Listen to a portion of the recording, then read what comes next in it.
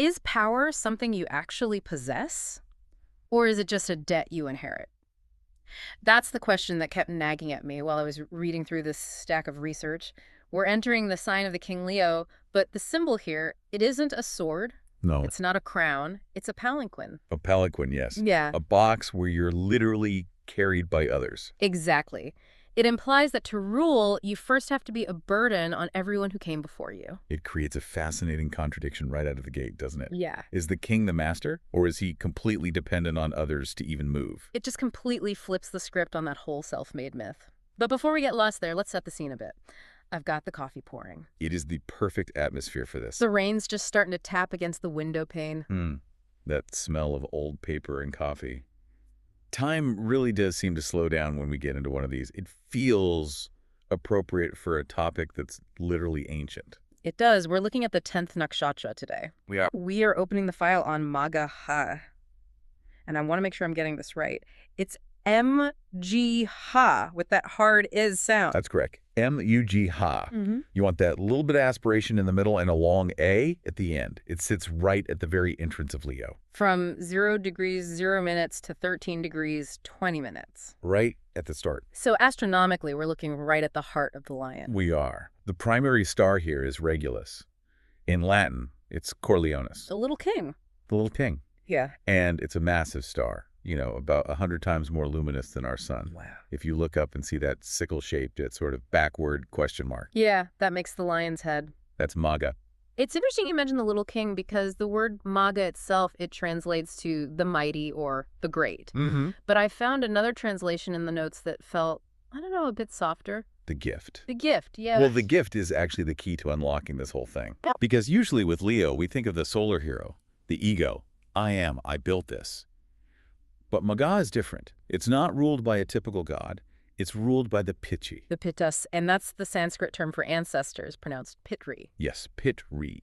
But we're not just talking about your recent grandfather. We're talking about the divine forefathers. Their chief is Aryama. Aryama. He represents duty, nobility, that whole ancestral path. Yeah. So when we say Magha is the gift, we have to ask, well, what is the gift? I assume the gift is life itself. It is. It's your DNA, your status, your wealth, your physical body. Everything. Everything. The core idea here is that you are a composite of the gifts of your ancestors. You didn't earn your eye color, and in the old context, you certainly didn't earn your throne. It was given to you. It was given to you by the line of people standing right behind you. That's incredibly heavy. It's not, I built this, it's, I inherited this, and I better not mess it up. Precisely. And that brings us to the cosmic tension that makes this star so interesting. You have Leo, the sign, ruled by the sun. Ultimate ego. Right. Projection. Right. But the nakshatra itself, that's ruled by Ketu. The south node. Yeah. The headless body. The planet of detachment, of past lives, of spiritual liberation. Okay, wait, help me reconcile that. You have the sun, which wants to say, look at me, I am the king. Mm-hmm. And it's paired with Ketu, which wants to dissolve the ego and just leave the material world. Yes. That sounds like a recipe for a massive identity crisis. Or a recipe for profound depth. Think of it as the magus. The magus. The ancient Persian word magush, where we get magic, is linked to Magha. The dynamic is the ego, the sun, being tethered to the past, to Ketu. So it's an introspective king. Deeply introspective. The sun wants to shine forward, but Ketu is constantly pulling the gaze backward, into the roots, into history. Which explains those symbols we started with, the throne and the palanquin. You don't build a throne, do you? You ascend to it. It was there before you, it'll be there after you. It's established authority. You're just a custodian. And the palanquin is even more specific. If you're in one, you're elevated, you're royal, but you are completely helpless without your bearers. Dependent on the collective. You are the visible figurehead of a vast, invisible support system. There's a really specific spiritual power mentioned in the texts, a Shakti, that seems to connect to this. I'll need your help with the Sanskrit. Tegashina Shakti. You're close.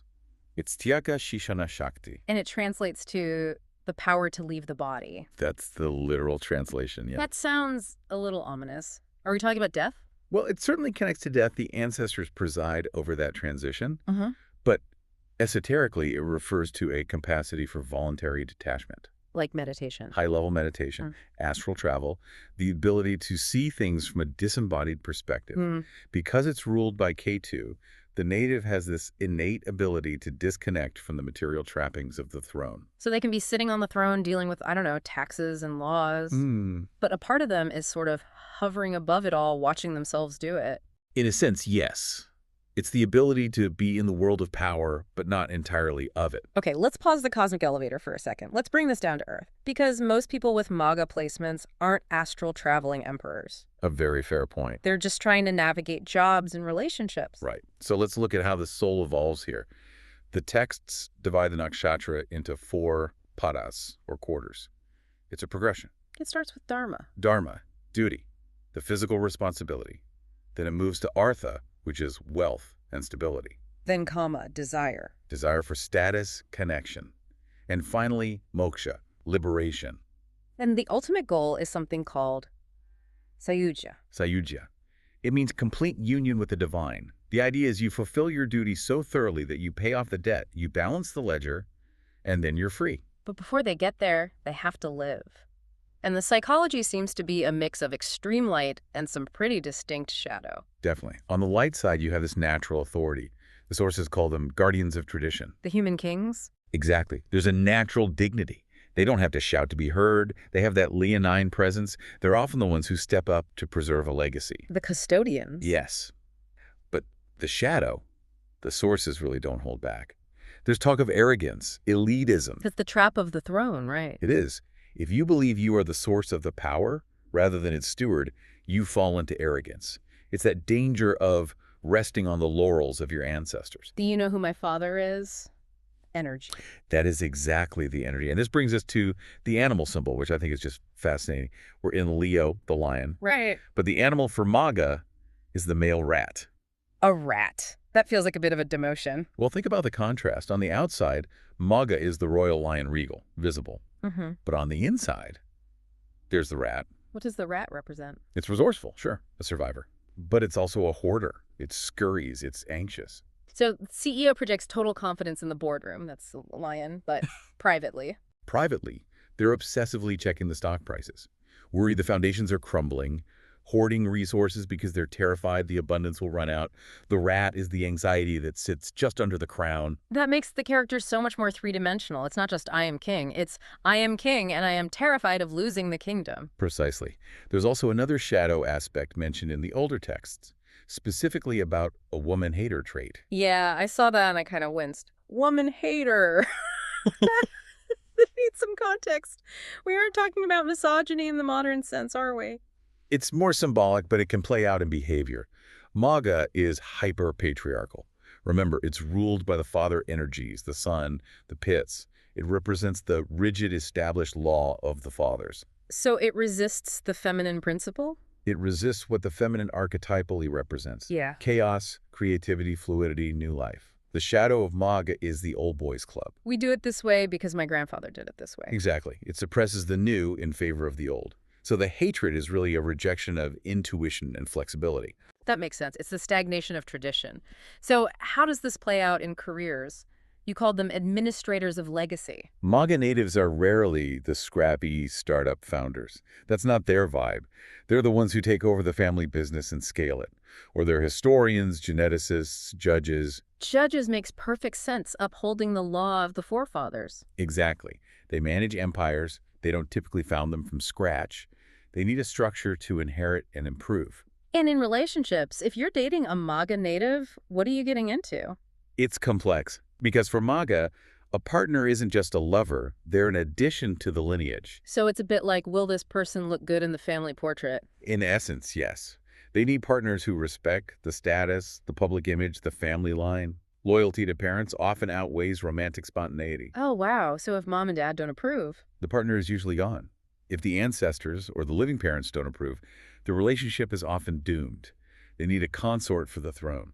Okay, let's shift to the physical body. We know Leo rules the heart. The heart is primary. So heart troubles in later life are a classic Magha indicator. But we also have the spinal cord. The structural pillar of the body. Just as the king. Yeah. It's the pillar of the state.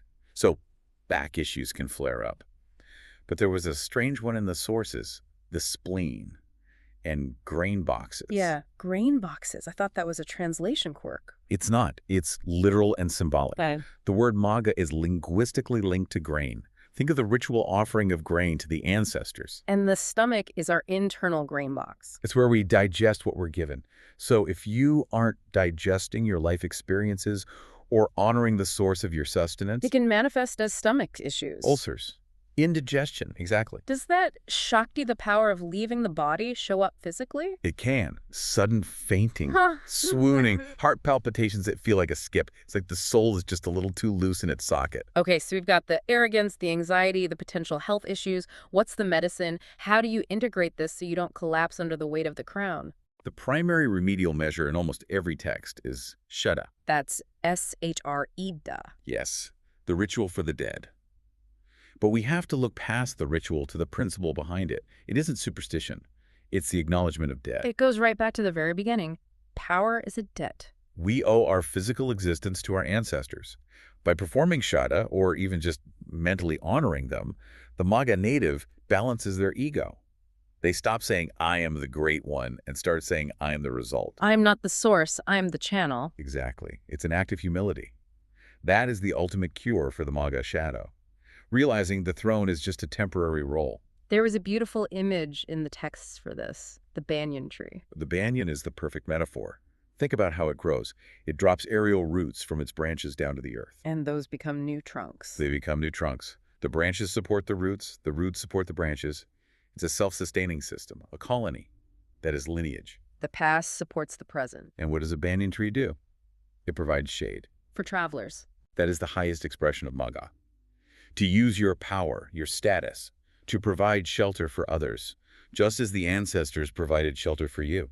If you're hoarding the shade, you're the rat. If you're sharing it, you're the king. You've got it. That's the whole journey. I love that. So the journey is really about moving from the sun, that desire to be the king, to Ketu, the realization that the king is just a role you play. Yes, using Ketu's detachment to let go of the ego of the throne. The greatest rulers in history understood they were servants of the realm, not its owners.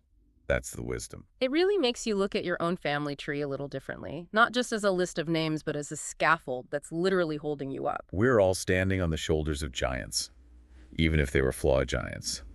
The debt remains. So as we close the file on Magha, what's the final thought? What do we take with us from the cafe today? I would leave you with this. We spend so much of our lives trying to build a legacy, trying to secure our spot on the throne. But the lesson of Magha is that the throne was never empty, and it will never be yours to keep. We are merely the temporary custodians of the power we hold, until the day comes when we too become the ancestors. A humbling thought. Until next time.